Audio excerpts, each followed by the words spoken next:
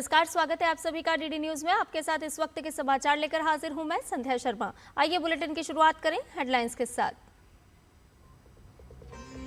Iran के हमले में एक भारतीय की मौत के बाद सरकार का कड़ा रुख, ईरानी राजनयिकों को किया तलब।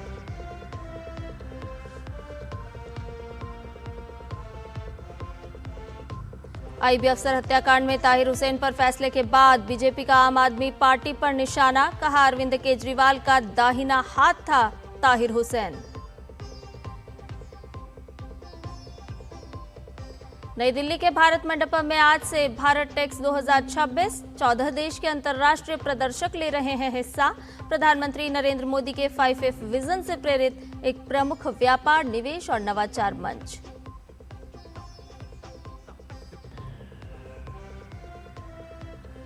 पश्चिम एशिया में बढ़ते तनाव के बीच ईरान ने बहरीन पर मिसाइल और ड्रोन से हमले करने का किया दावा। बहरीन में अमेरिकी ठिकानों को बनाया निशाना।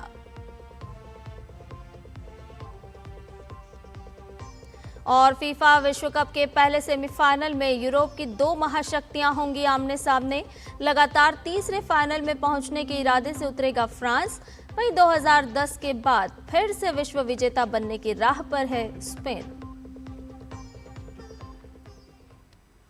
सभी समाचार विस्तार के साथ। स्ट्रेट ऑफ हॉर्मुज में ईरान के हमले में एक भारतीय की मौत के बाद केंद्र सरकार ने ईरान के उप राजदूत को तलब किया है। आपको बता दें कि ईरान ने यूएई के मोम्बासा और अलबहिया नाम के टैंकरों पर मिसाइल से हमला किया था, जिसमें एक भारतीय नाविक की मौत हुई और कई नाविक घायल हुए थे। अब भारत ने इस मामले को ईरान के सामने उठाया है। भारत ने ईरान के उप राजदूत को तलब किया और इस घटना पर स्पष्टीकरण मांगा है। भारत ने अपने नागरिकों की सुरक्षा को लेकर गहरी चिंता भी जाहिर की है। भारत की सबसे बड़ी वैश्विक वस्त्र प्रदर्शनी भारत टेक्स 2026 का आज से नई दिल्ली के भारत मंडपम में शुभारंभ हो गया है। इस प्रदर्शनी का उद्घाटन केंद्रीय वस्त्र मंत्री गिरिराज सिंह ने किया।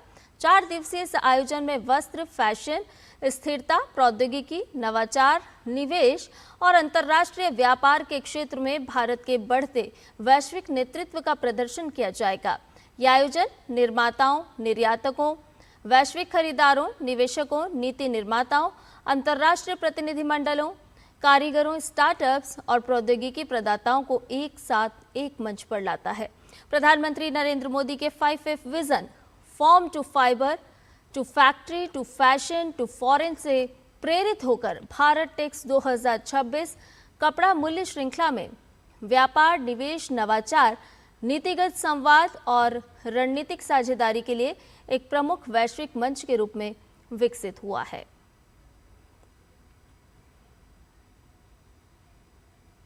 देश के प्रधानमंत्री नरेंद्र मोदी जी ने 2024 में भारत टैक्स का शुभारंभ किया था, लेकिन दूसरे भारत टैक्स आते आते इंटरनेशनल इवेंट्स बन गया। और ये इसलिए मैं कह रहा हूं, एग्जीबिटर, बायर, सेलर, विजिटर सबों की संख्या में ज्यादा बढ़ोतरी हो रही है। दुनिया में लगभग 900 बिलियन डॉलर का ये मार्केट साइज है। मैं उम्मीद कर रहा हूं माननीय प्रधानमंत्री के नेतृत्व में हम इस बार जो हमने 100 बिलियन डॉलर का रखा है लक्ष्य 2030 में, इस बार हम उसमें बड़े गुणात्मक वृद्धि देखेंगे।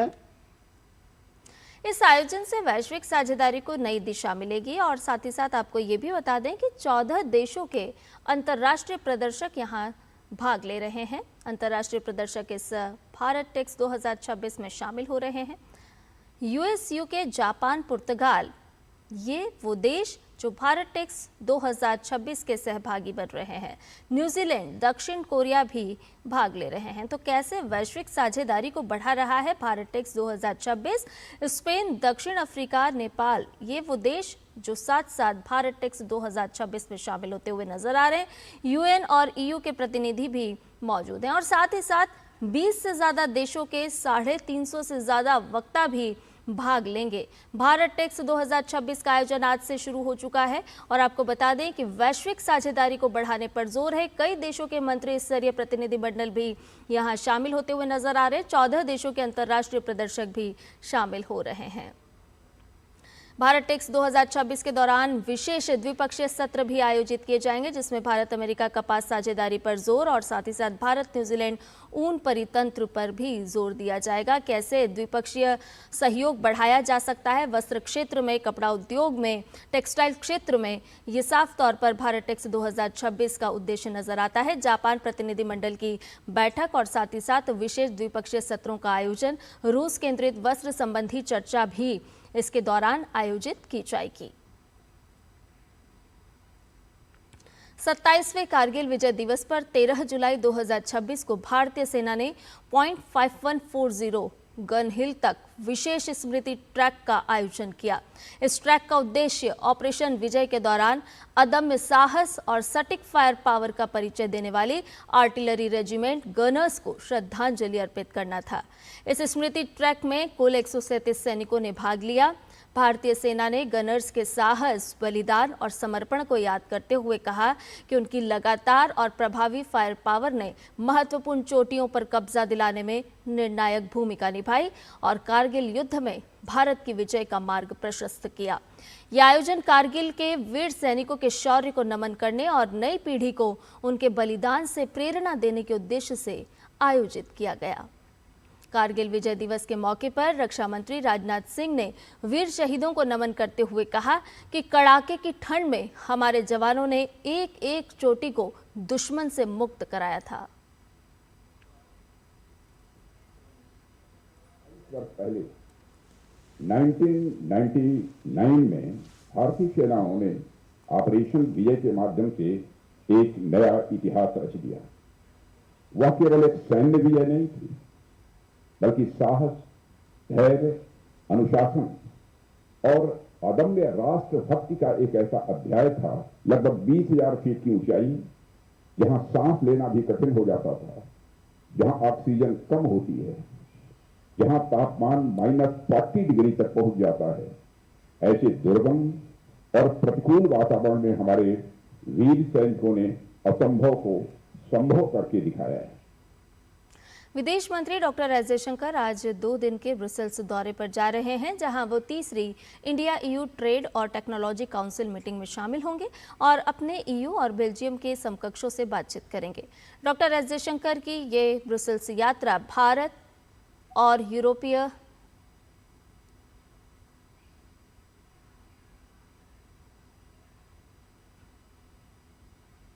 आपको बता दें कि ये ब्रुसेल्स यात्रा भारत और यूरोपीय संघ के बीच बढ़ते आर्थिक और रणनीतिक सहयोग को दर्शाती है। ये यूरोपीय ब्लॉक के साथ द्विपक्षीय व्यापार और तकनीकी सहयोग को गति देने वाले मुद्दों पर चर्चा कर रहे हैं।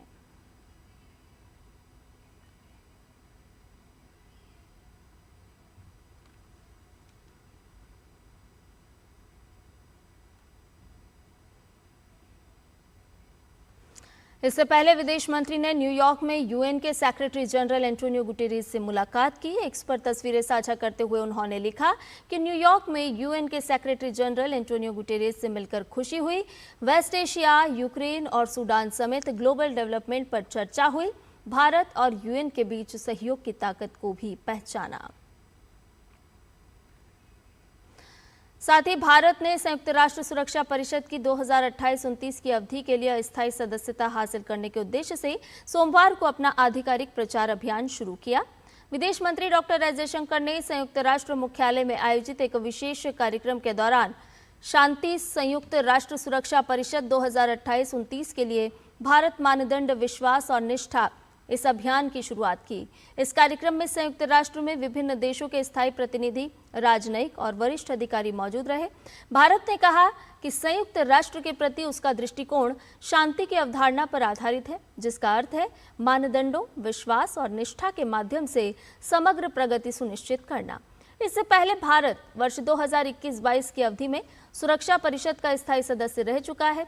वर्ष 2028-29 की अवधि के लिए चुनाव अगले वर्ष जून में होने हैं। एशिया प्रशांत समूह की एकमात्र सीट के लिए भारत और तजाकिस्तान के बीच मुकाबला होगा। विदेश मंत्री डॉक्टर एस जयशंकर ने इस मौके पर कहा, भारत टेरर फाइनेंसिंग को रोकने पर ध्यान देने, टेररिस्ट ग्रुप्स की लिस्टिंग के लिए ऑब्जेक्टिव और सबूतों पर आधारित प्रस्तावों को बढ़ावा देने के लिए कमिटेड है।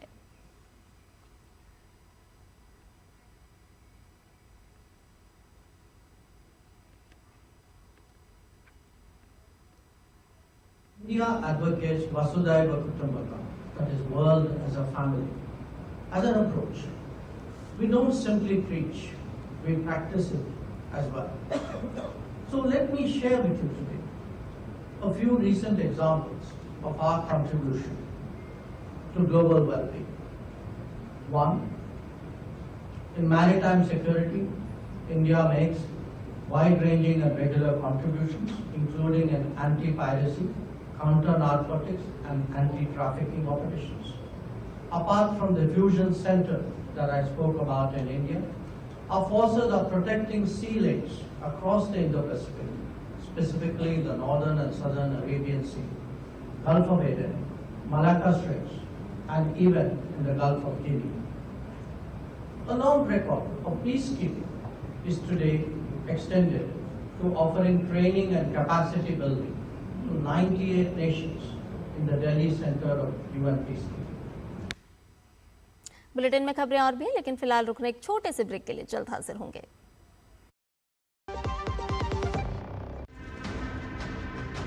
हरदम तैयार है, बिल्कुल तैयार है, हरदम तैयार है, बिल्कुल तैयार है, जी जाने से तैयार है, इसीलिए तो हम लहरों के पहरेदार हैं। जय भारती, जय भारती, हम हैं नौसेना, हम हैं भारत के सारथी। जय भारती, जय भारती, हम हैं नौसेना, हम हैं भारत के सारथी, सारथी, सारथी। मेरी पसंद, मेरी पसंद, मेरी पसंद, मेरी पसंद, हमारी पसंद। हम सबकी पसंद। मजबूत देश का मजबूत सरिया हो गया स्टील। ब्रेक के बाद समाचार में आपका एक बार फिर से स्वागत है। आइए खबरों में बढ़ते हैं आगे। केंद्रीय वाणिज्य एवं उद्योग मंत्री पीयूष गोयल आज से 15 जुलाई तक बेल्जियम के 2 दिवसीय दौरे पर रहेंगे। इस दौरान वो भारत और यूरोपीय संघ के बीच व्यापार, निवेश, तकनीक और आर्थिक सहयोग को मजबूत बनाने के लिए कई अहम बैठकों और कार्यक्रमों में हिस्सा लेंगे। दौरे के दौरान पीयूष गोयल तीसरी भारत यूरोपीय संघ ट्रेड एंड टेक्नोलॉजी काउंसिल की मंत्री स्तरीय बैठक की सह अध्यक्षता करेंगे। इस बैठक में व्यापार को आसान बनाने, नई तकनीक, आर्थिक सुरक्षा मजबूत, सप्लाई चेन और निवेश के नए अवसरों पर चर्चा होगी। केंद्रीय मंत्री एंटवर्प बंदरगाह और एंटवर्प वर्ल्ड डायमंड सेंटर का भी दौरा करेंगे। एंटवर्प बंदरगाह यूरोप का एक प्रमुख लॉजिस्टिक्स हब है। यहाँ वो माल ढुलाई, ग्रीन लॉजिस्टिक्स और सप्लाई चेन की बेहतर व्यवस्थाओं का जायजा लेंगे। वहीं एंटवर्प वर्ल्ड डायमंड सेंटर में वो वैश्विक हीरा कारोबार, हीरों की प्रमाणन प्रक्रिया, जिम्मेदार सोर्सिंग और भारत के रत्न एवं आभूषण उद्योग के लिए नए अवसरों की जानकारी भी लेंगे। अपने दौरे के दौरान पीयूष गोयल यूरोपीय आयोग के अध्यक्ष, यूरोपीय परिषद के अध्यक्ष और बेल्जियम के प्रधानमंत्री सहित कई वरिष्ठ यूरोपीय नेताओं से भी मुलाकात करने वाले हैं। इसके अलावा वो बेल्जियम के उप प्रधानमंत्री एवं रोजगार, अर्थव्यवस्था और कृषि मंत्री डेविड क्लारेनवल और यूरोपीय संघ के व्यापार और आर्थिक सुरक्षा आयुक्त मारोस शेफकोविच के साथ द्विपक्षीय वार्ता करेंगे। भारत और यूनाइटेड किंगडम के बीच हुआ व्यापक आर्थिक एवं व्यापार समझौता 15 जुलाई 2026 से आधिकारिक रूप से लागू होगा। ये समझौता भारत की आर्थिक कूटनीति में एक महत्वपूर्ण कदम माना जा रहा है, जिसका उद्देश्य दोनों देशों के बीच व्यापार, निवेश और आर्थिक सहयोग को और भी मजबूत करना है। ये समझौता विकसित भारत 2047 के राष्ट्रीय लक्ष्य के अनुरूप भारत और यूके के बीच एक आधुनिक, संतुलित और दीर्घकालिक आर्थिक साझेदारी को बढ़ावा देगा। सीईटीए के लागू होने से दोनों देशों के उद्योगों, निर्यातकों और पेशेवरों के लिए नए अवसर खुलने की उम्मीद है। भारत यूके सीईटीए व्यापारिक संबंधों को नई दिशा देने के साथ साथ वैश्विक अर्थव्यवस्था में भारत की भागीदारी को और मजबूत करने वाला कदम साबित होगा। भारत यूके व्यापार, आर्थिक एवं व्यापार समझौते से भारतीय निर्यातकों को बड़ा लाभ होने वाला है। कैसे, आपको बताते हैं। यूके बाजार में भारतीय उत्पादों को बेहतर पहुंच मिलेगी। इससे कई क्षेत्रों में टैरिफ घटकर 0 पे आ जाएगा, यानी कि 0 होंगे। भारतीय निर्यात की प्रतिस्पर्धात्मक क्षमता और भी मजबूत होगी और भी बढ़ेगी। एमएसएमई, किसान और श्रमिकों को नए नए अवसर इसके माध्यम से मिलते हुए नजर आएंगे, यानी कि भारतीय निर्यातकों के लिए अब और भी व्यापक द्वार खुलने वाले हैं। पारंपरिक कारीगरों और उद्योगों को इससे सीधा सीधा लाभ मिलता हुआ नजर आने वाला है। संवेदनशील कृषि क्षेत्रों को सुरक्षा प्रदान की गई है, यानी कि एफडीए में ख्याल रखा गया है भारत के कृषि क्षेत्र का। डेयरी, अनाज और मिलेट्स क्षेत्र सुरक्षित रखे गए हैं। खाद्य तेल, तिलहन और सब्जियों को भी संरक्षित रखा गया है। 3 जुलाई से कश्मीर में चल रही श्री अमरनाथ जी यात्रा 2026 में अब तक 2,75,000 से ज्यादा श्रद्धालु दर्शन कर चुके हैं। आज 5,335 यात्रियों का एक और जत्था जम्मू से घाटी के लिए रवाना हुआ। पिछले 11 दिनों में लगभग 3 लाख यात्रियों ने यात्रा पूरी की है। 57 दिनों तक चलने वाली श्री अमरनाथ जी यात्रा 28 अगस्त को रक्षाबंधन के दिन समाप्त होगी। पुरी में 16 जुलाई से शुरू होने वाली विश्व प्रसिद्ध भगवान जगन्नाथ रथ यात्रा को लेकर सुरक्षा और आपदा प्रबंधन की तैयारियां तेज कर दी गई हैं। लाखों श्रद्धालुओं की संभावित भीड़ को देखते हुए प्रशासन द्वारा व्यापक सुरक्षा व्यवस्था सुनिश्चित की जा रही है। रथ यात्रा से पहले एनडीआरएफ, स्काउट एंड गाइड, अग्निशमन सेवा और अन्य संबंधित एजेंसियों ने मिलकर एक बहु एजेंसी मॉक ड्रिल का आयोजन किया।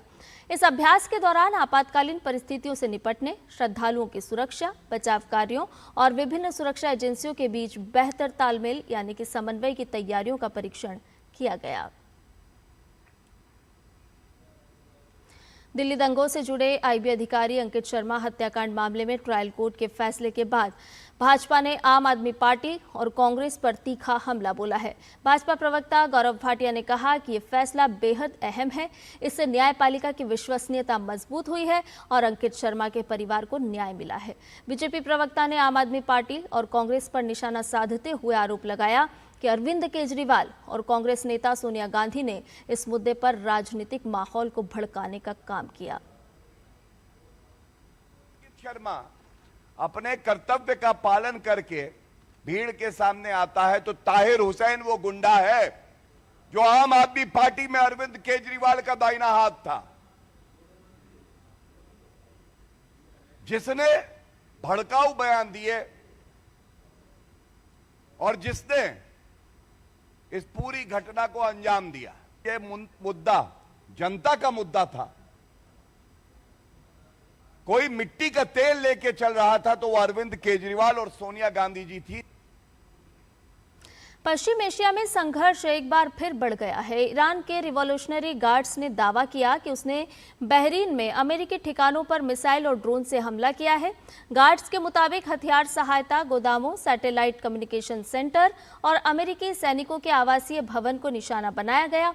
इससे पहले बहरीन में चेतावनी सायरन बजा और सरकार ने लोगों से सुरक्षित स्थानों पर जाने की अपील की। अमेरिकी राष्ट्रपति डोनाल्ड ट्रंप ने खाड़ी में ईरानी शिपिंग पर अपनी नाकाबंदी फिर से शुरू करने की चेतावनी दी है। उन्होंने कहा कि ये निश्चित करेंगे ये स्ट्रेटेजिक वाटरवे खुला रहे, लेकिन इसके लिए फीस वसूलेंगे। वहीं दूसरी ओर ईरान के विदेश मंत्री ने एक सोशल मीडिया पोस्ट में तेहरान को हॉर्मुज स्ट्रेट का गार्जियन बताया है। उन्होंने लिखा कि तेहरान स्ट्रेट का गार्जियन है और हमेशा रहेगा।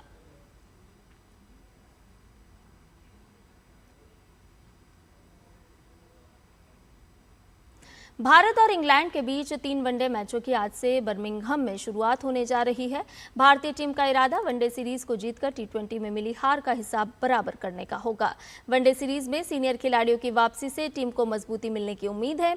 अनुभवी विराट कोहली और रोहित शर्मा एक बार फिर टीम इंडिया की जर्सी में नजर आएंगे। कोहली और रोहित को वनडे सीरीज में न केवल खुद के लिए अच्छा प्रदर्शन करना होगा, बल्कि टी20 में लगातार हार से आहत भारतीय टीम के मनोबल को बढ़ाने में भी महत्वपूर्ण भूमिका निभानी होगी। अब खबरें फुटबॉल विश्व कप से जुड़ी हुई।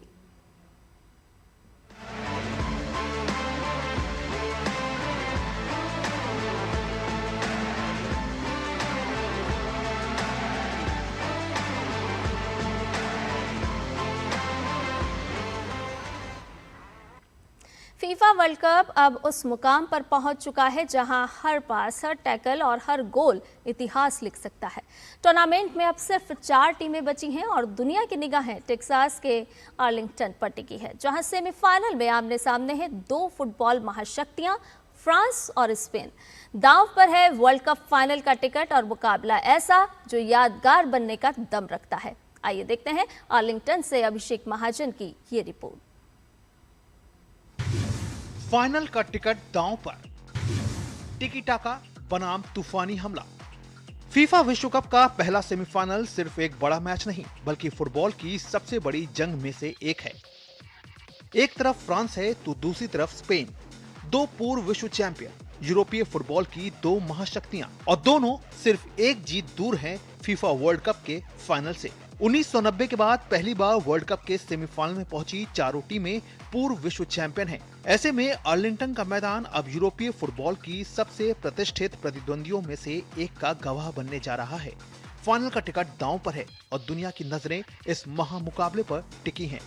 एक और लगातार तीसरे विश्व कप फाइनल में जगह बनाने के इरादे के साथ फ्रांस मैदान में उतरेगा, तो दूसरी ओर 2010 की चैंपियन स्पेन अपनी मशहूर टिकी टाका शैली के दम पर दूसरे विश्व कप खिताब की ओर एक और बड़ा कदम बढ़ाने की कोशिश करेगा। स्पेन और फ्रांस के बीच अब तक खेले गए मुकाबलों में कांटे की टक्कर देखने को मिली है। दोनों टीमें 38 अंतर्राष्ट्रीय मुकाबलों में आमने सामने आ चुकी हैं, जिनमें स्पेन ने 18 और फ्रांस ने 13 मैच जीते हैं, जबकि 7 मुकाबले ड्रॉ रहे हैं। हाल के वर्षों में दोनों के बीच हुए बड़े मुकाबलों में रोमांच अपने चरम पर रहा है। 2025 यूएफए नेशंस लीग में स्पेन ने 9 गोल वाले हाई वोल्टेज मुकाबले में फ्रांस को 5-4 से हराकर बाजी मारी थी। वहीं बात अगर दोनों टीमों के बीच अब तक विश्व कप में हुए मुकाबलों की करें, तो विश्व कप के इतिहास में स्पेन और फ्रांस अब तक एक बार आमने सामने हुए हैं। 2006 विश्व कप के अंतिम 16 के मुकाबले में फ्रांस ने स्पेन को 3-1 से हराने में सफलता पाई थी। फ्रांस की सबसे बड़ी ताकत उसका आक्रामक खेल है। कप्तान किलियन एम्बापे शानदार फॉर्म में है और टूर्नामेंट में अब तक 8 गोल दाग चुके हैं। लेकिन फ्रांस सिर्फ एम्बापे पर निर्भर नहीं है। ओस्मान डेम्बले, माइकल ओलिसे, डेजार्डो जैसे तेज और तकनीकी खिलाड़ी भी किसी भी रक्षा पंक्ति को भेदने की क्षमता रखते हैं। वहीं स्पेन अपनी पारंपरिक शैली पर कायम है। तेज और सटीक पासिंग, शानदार मूवमेंट और दबाव में भी संयम। फ्रांस के युवा मिडफील्डर वॉरेन जायरे एमरी और मुख्य कोच डिडियर डेशैम्स ने भी माना कि गेंद पर स्पेन का नियंत्रण उसकी सबसे बड़ी ताकत है। लेकिन उनका कहना है कि फ्रांस अपनी आक्रामक शैली और तेज जवाबी हमलों के दम पर ही इस चुनौती का सामना करेगा। आर्लिंगटन की सड़कों पर भी वर्ल्ड कप का रंग पूरी तरह से चढ़ चुका है। झंडे, जर्सियां, गीत और नारों के बीच पूरा शहर फुटबॉल के जश्न में डूबा हुआ है। Both are great teams, and I think that, well, let's wait for the best to win. Spain has been doing great. France is doing great. It's going to be a really tough game, but we hope Spain wins. Yeah. I mean, their forwards, Mbappe, Dembele, all of Olise, all of them. I mean, Golden Boot. I think Mbappe is going to win it all. So I think it's just going to be a great game, and I don't think that Spain can top them. I don't think they can beat them. ये मुकाबला सिर्फ 2 टीमों का नहीं बल्कि 2 अलग-अलग football शैलियों का भी है। स्पेन गेंद पर कब्जा जमाकर खेल की रफ्तार नियंत्रित करना चाहेगा, जबकि फ्रांस तेज काउंटर अटैक और दमदार फिनिशिंग से मैच अपने नाम करने की कोशिश करेगा। अगर फ्रांस ये मुकाबला जीतता है तो वो लगातार तीसरे विश्व कप फाइनल में पहुंचने वाला पश्चिम जर्मनी के बाद दूसरा यूरोपीय देश बन जाएगा। 90 मिनट, एक मुकाबला और फाइनल का टिकट। अब देखना ये दिलचस्प होगा कि ये बाजी कौन मारता है। कैमरामैन शुभम शर्मा के साथ अभिषेक महाजन, डीडी न्यूज, आर्लिंगटन, टेक्सास। समाचार में फिलहाल के लिए इतना ही। मुझे दीजिए इजाजत। नमस्कार।